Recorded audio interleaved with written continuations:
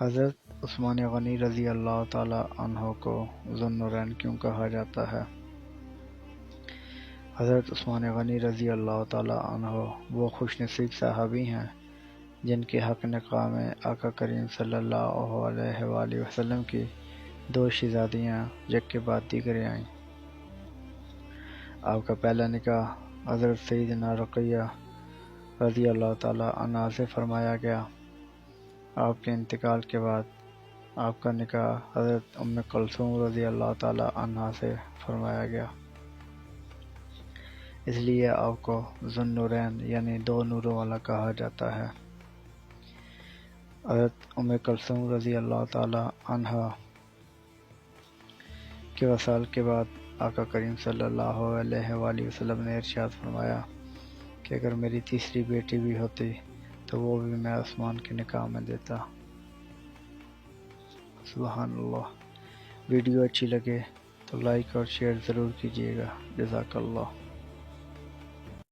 حضرت رابعہ بصری رحمۃ اللہ علیہ بظاہر نہ تو کوئی نہ ہی کوئی ملکہ اور نہ ہی دنیا کی حسین و جمیل عورت تھی، لیکن آج 1200 سال گزرنے کے بعد بھی آپ کا نام زندہ ہے۔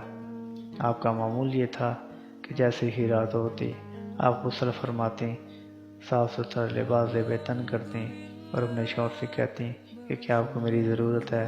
اگر وہ کہتے نہیں تو آپ اجازت طلب کرتی۔ اجازت ملنے پر آپ جائے نماز بچھاتی اور اپنے رب کی عبادت میں مصروف ہو جاتی۔ تہجد کے وقت اکثر آپ یہ دعا فرمایا کرتے تھیں کہ اے میرے مالک، دن چلا گیا اور رات چھا گئی، تمام بادشاہوں کے دروازے ہو گئے، لیکن تیرا در اب بھی کھلا ہے۔ تیری یہ بندی تیرے فضل کی تلاش میں جھولی پھیلائے بیٹھی ہے۔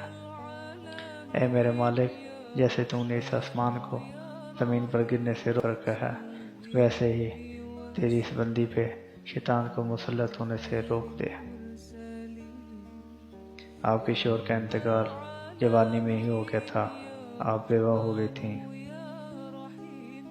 تب مسلمانوں کے امام حسن بصری رحمۃ اللہ علیہ نے نکاح کی دعوت بھیجی۔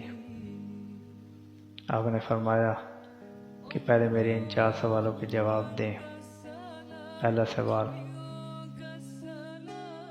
کہ میں جنت میں جاؤں گی یا دوزخ میں؟ تو آپ نے فرمایا کہ مجھے نہیں معلوم۔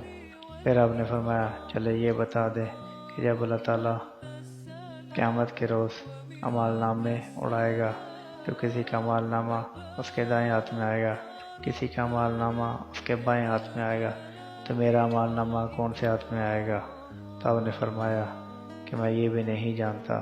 تو آپ نے فرمایا کہ چلو یہ بتا دیں کہ قیامت کے روز جب نیکیاں بولی جائیں گی تو میرا پلڑا کون سا بھاری ہوگا، نیکیوں کا یا برائیوں کا؟ تو اس پر بھی آپ نے فرمایا کہ میں نہیں جانتا۔ تو آپ نے کہا چلیں یہ بتا دیں کہ جب قیامت کے روز پولیس رات پہ سب گزر رہے ہوں گے، کچھ گر رہے ہوں گے، کوئی گزر جائیں گے، تو میں پولیس رات سے گزر جاؤں گی یا گر جاؤں گی؟ تو اس پر بھی آپ نے فرمایا کہ میں نہیں جانتا۔ پھر اس پر آپ نے فرمایا کہ مجھے اس دن کی تیاری کرنے دے۔ اس کے بعد آپ نے اپنی بقیہ زندگی اپنے رب کی عبادت میں مصروف گزار دی۔ حضرت رابعہ بصری رحمۃ اللہ علیہ کے وصال کا وقت جب قریب آیا تو آپ نے اپنی خادمہ کو وصیت کی کہ میرا کفن، میری اس چادر جس میں میں تہجد پڑھا کرتی تھی، اس کو میرا کفن بنانا اور چند لوگوں کے ساتھ رات کو میری تدفین کرنا اور صبح پھر لوگوں کو بتانا، اس سے پہلے کسی کو نہیں بتانا۔ آپ کی خادمہ نے بالکل ایسے ہی کیا۔ صبح جب لوگوں کو خبر ہوئی تو ہائے ہائے کا عالم تھا کہ ہمیں پہلے کیوں نہیں بتایا گیا۔ اگلے روز آپ اپنی خادمہ کو خواب میں ملتی ہیں۔ آپ نے خوبصورت سرخ رنگ کا لباس زیب تن کیا ہوا تھا، آپ کا چہرہ نورانی سورج کی روشنی کی طرح چمکتا ہوا تھا۔ خادمہ کہنے لگی کہ اللہ نے آپ کے ساتھ کیسا معاملہ فرمایا؟ تو آپ نے فرمایا کہ اللہ نے میرے ساتھ بڑے فضل والا معاملہ فرمایا ہے۔ خادمہ کہنے لگی آپ کی چادر کہاں ہے؟